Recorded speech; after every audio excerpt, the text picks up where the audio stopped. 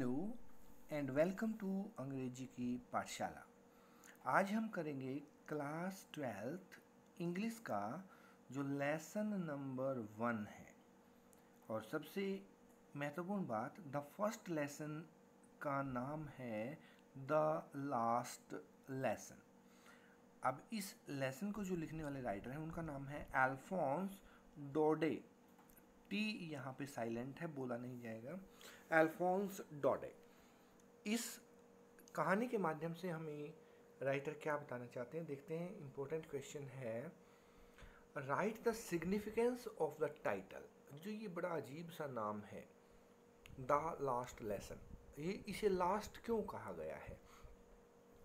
The last lesson is a wonderful story which tells us about the change of language and the teacher in the school।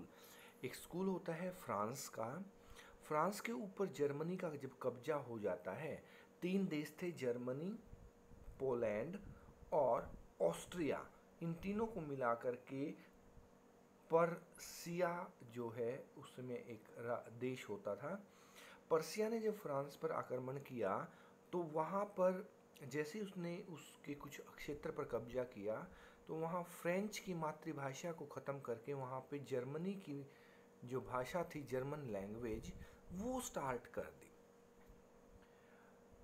A little boy French, एक छोटा सा लड़का है जो school में पढ़ता था, नाम था French, tells us about some changes in the city. वो कहता है कि आज तो सुबह से ही मुझे बहुत सारे परिवर्तन दिखाई दे रहे हैं। फर्स्ट, ही सा many people in the town hall. जो उनके टाउन में, जो उनके शहर में सबसे बड़ा हॉल था, वहाँ लोगों की भीड़ इकट्ठी हो रखी थी। वहाँ एक बोर्ड था जिसपे बुलेटिन या न्यूज़ लिखी जाती थी। Secondly, the enemy soldiers were marching in the ground. रास्ते में जब वो स्कूल जा रहा था तो जो मैदान उसे दिखाई देता है उसमें विदेशी सैनिक परेड कर रहे थे, मार्चिंग कर रहे थे। ये भी काफ़ी अजीब बात थी। थर्डली, तीसरी अजीब बात क्या थी कि there was lot of silence in the school. School भी सारा पूरा चुप था। He try to know the reason of the change. उसके मन में एक ही सवाल था कि आज इतने परिवर्तन दिखाई क्यों दे रहे हैं। परिवर्तन क्या था जो हमने अभी बात की? In this story, Germany took control of 2 French districts. 2 जिले पूरे के पूरे कब्जा कर लिया। And change the language in their schools. तो उस 2 डिस्ट्रिक्ट के अंडर जितने भी स्कूल आते थे वहाँ पर लैंग्वेज चेंज कर दी गई। So the French teacher was replaced और टू बी चेंज्ड, या बदला जाना था, विद जर्मन टीचर। उन्होंने बर्लिन, जर्मनी की राजधानी है, वहाँ से ऑर्डर आया। An order from the Berlin came to remove French as language and to start German.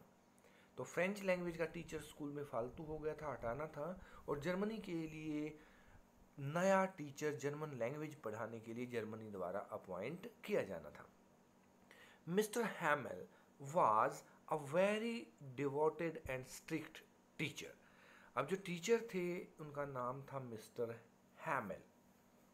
वो बहुत ज़्यादा डिवोटेड भी थे, अपने काम को बहुत अच्छे तरीके से करते थे, डिवोट होकर करते थे, समर्पित थे। एंड स्ट्रिक्ट भी थे। ही वॉज वेरी डिसिप्लिन्ड, अनुशासन के पक्के। He loved his country and his language. उसे अपने राष्ट्र से भी उतना ही प्यार था और उसकी भाषा से भी उतना ही प्यार था। So he decided to take the last lecture with the same devotion.